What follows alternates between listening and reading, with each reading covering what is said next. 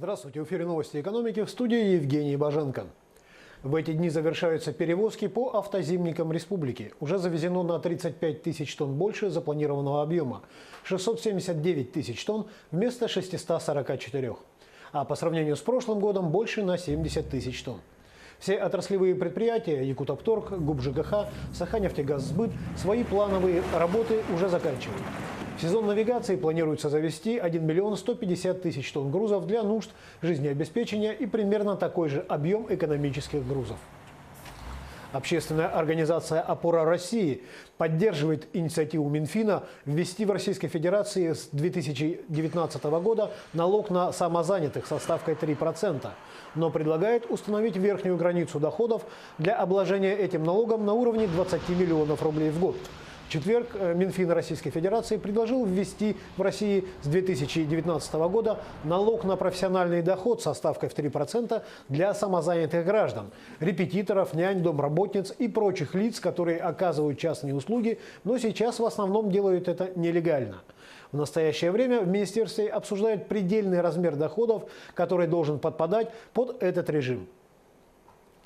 Цифровая трансформация российской экономики требует появления в России кибергосударства, считают эксперты Центра стратегических разработок. Они предложили создать единую государственную цифровую платформу, которая объединит все существующие разрозненные системы министерств и ведомств и переведет в цифровой формат все виды взаимодействия граждан и государства. Система государственного управления должна будет действовать как передовая IT-корпорация, а у государственных служащих таким образом разовьется цифровой менталитет. Мировые цены на нефть в пятницу утром демонстрируют незначительную динамику в свете ожидания рынками решения президента Соединенных Штатов по поводу санкций против Ирана. Об этом свидетельствуют данные торгов. Дело в том, что каждые 90 дней глава Соединенных Штатов должен решать, вводить или нет санкций против Ирана. По состоянию на 7 часов 8 минут по московскому времени пятницы стоимость июльских фьючерсов на североморскую нефтяную смесь марки Brent снижалась до $73,5 за баррель. При этом ранее в ходе торгов она росла до $73,80 за баррель. Цена июльских фьючерсов на нефть марки WTI снижалась до $68,38 за баррель после роста до $68,64. Минстрой пересмотрел среднюю рыночную стоимость 1 квадратного метра жилого помещения для каждого из регионов страны. Так, в Якутии этот показатель будет равняться 52 940 рублям.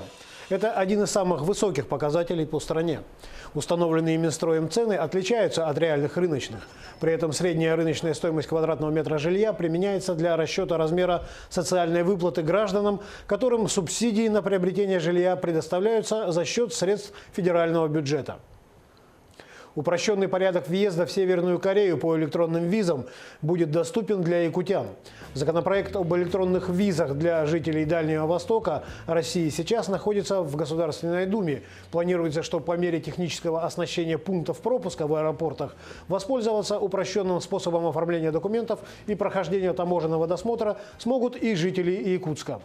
В этой связи в июне планируется встреча туроператоров России и Корейской Народно-Демократической Республики. Об этом рассказал заместитель министра Российской Федерации по развитию Дальнего Востока Александр Крутиков. «Алроса» подвела итоги аукциона по продаже алмазов специальных размеров массой от 10,8 карата и более, который проводился во Владивостоке в период с 16 по 27 апреля 2018 года. Единая сбытовая организация «Алроса» реализовала на аукционе 101 крупный алмаз общей массой 1751 карат. Суммарная выручка от продаж составила 14 800 000 долларов. Цитата. К участию в аукционе были приглашены 86 компаний из основных регионов алмазо-бриллиантовой торговли, в том числе из Гонконга, Израиля, Индии, Бельгии. Победителями по разным позициям признаны 33 компании. Торги показали очень хорошие результаты, подтверждающие высокий спрос на алмазы этой размерной категории.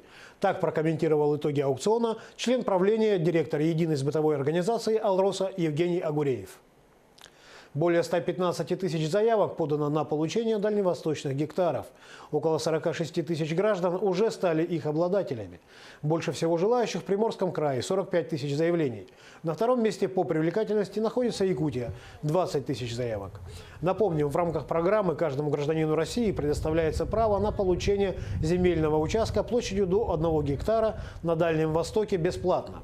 Сейчас Минвостокразвития готовится к поправке в законодательство о гектаре, по которым в рамках поддержки малого предпринимательства предполагается освободить самозанятых граждан, получающих гектар, от уплаты НДФЛ и страховых взносов с доходов от деятельности на гектаре. В 2018 году в республике планируют засеять 49 тысяч гектаров.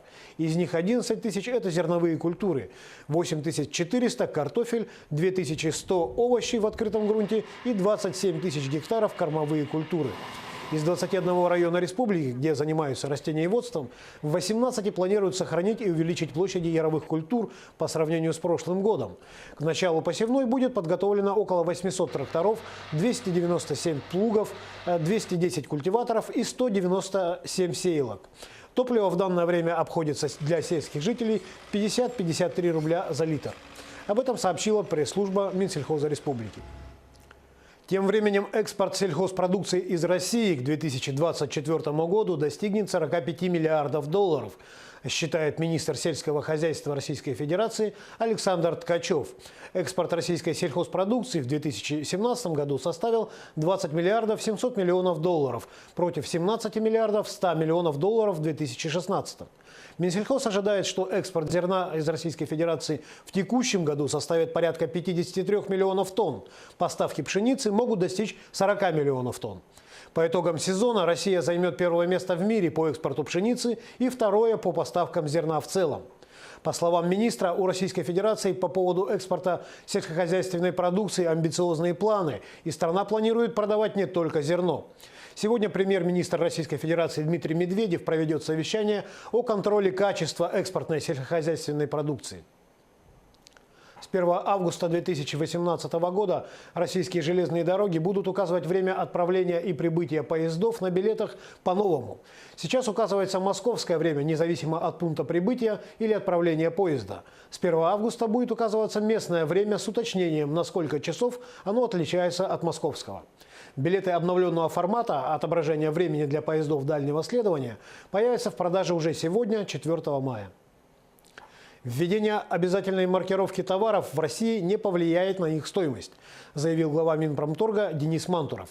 В четверг на сайте правительства страны было опубликовано распоряжение, которое утверждает базовые принципы модели функционирования системы маркировки товаров средствами идентификации. Правительство России определило перечень из 10 групп товаров, подлежащих обязательной маркировке. В частности, табачная продукция будет в обязательном порядке маркироваться с 1 марта 2019 года. Обувь с 1 июля, духи, кожаная одежда, блузки, пальто, плащи и куртки, постельное, столовое, туалетное и кухонное белье, фотоаппараты и шины с 1 декабря 2018.